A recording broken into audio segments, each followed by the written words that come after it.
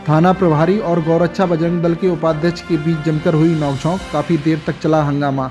खबर अलीगढ़ से है, जहां थाना लोधा कैंपस के अंदर जमकर हंगामा चला।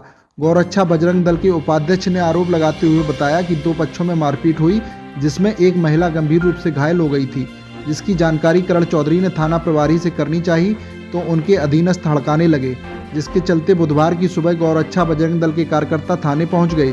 बताया गया कि थाना प्रभारी से वार्तालाप करते समय जमकर हंगामा हुआ और नोकझोंक हुई। थाना कर्मचारियों पर आरोप लगाया गया कि वह मामले में समझौता कराने के प्रयास में हैं, कार्रवाई करने से बच रहे हैं। मेरा नाम करण चौधरी है और मैं जिला गौरक्षा प्रमुख हूँ बजरंग दल से, हरिगढ़ से। क्या मामला था? देखिए, मैं बताना चाहूँगा, इससे पूर्व में 3-4 मुकदमे हो चुके हैं जिसमें मैंने कार्रवाई की मांग करी थी, जिसमें कोई सुनवाई नहीं हो रही थी, ना ही कोई कार्रवाई हो रही थी और आश्वासन ही मिल रहा था मुझे। एक पहला मामला था जिसमें एक महिला को अगवा कर लिया था, लेकिन उसमें कोई भी अभी तक कोई ना तो सूचना है, ना कोई अगवा में उनकी वापसी आई है, कोई कार्रवाई नहीं हुई अभी तक कुल मिला के।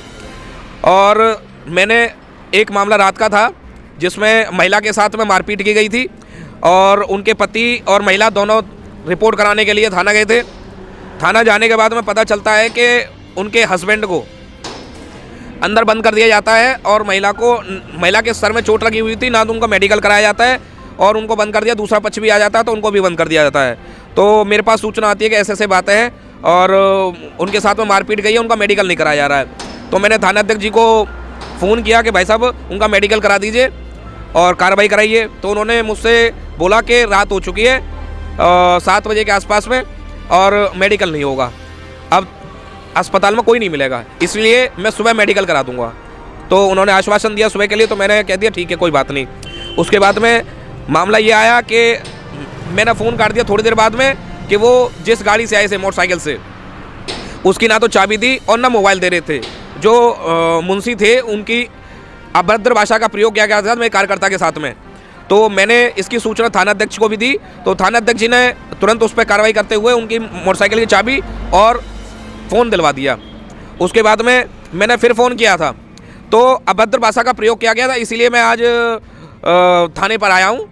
और थाना पर आने के बाद में मैंने वार्तालाप किया। वार्तालाप करने के बाद में बहुत ज़्यादा गर्मा गर्मी हुई। तो मैं उनसे यही कह रहा था कि जो थाना अध्यक्ष हैं आप निस्तारण कर सकते हैं और जो सिपाही लोग हैं वो निस्तारण नहीं कर सकते हैं। लेकिन उनके सामने भी, थाना अध्यक्ष के सामने भी जो सिपाही लोग थे वो हावी हो रहे थे।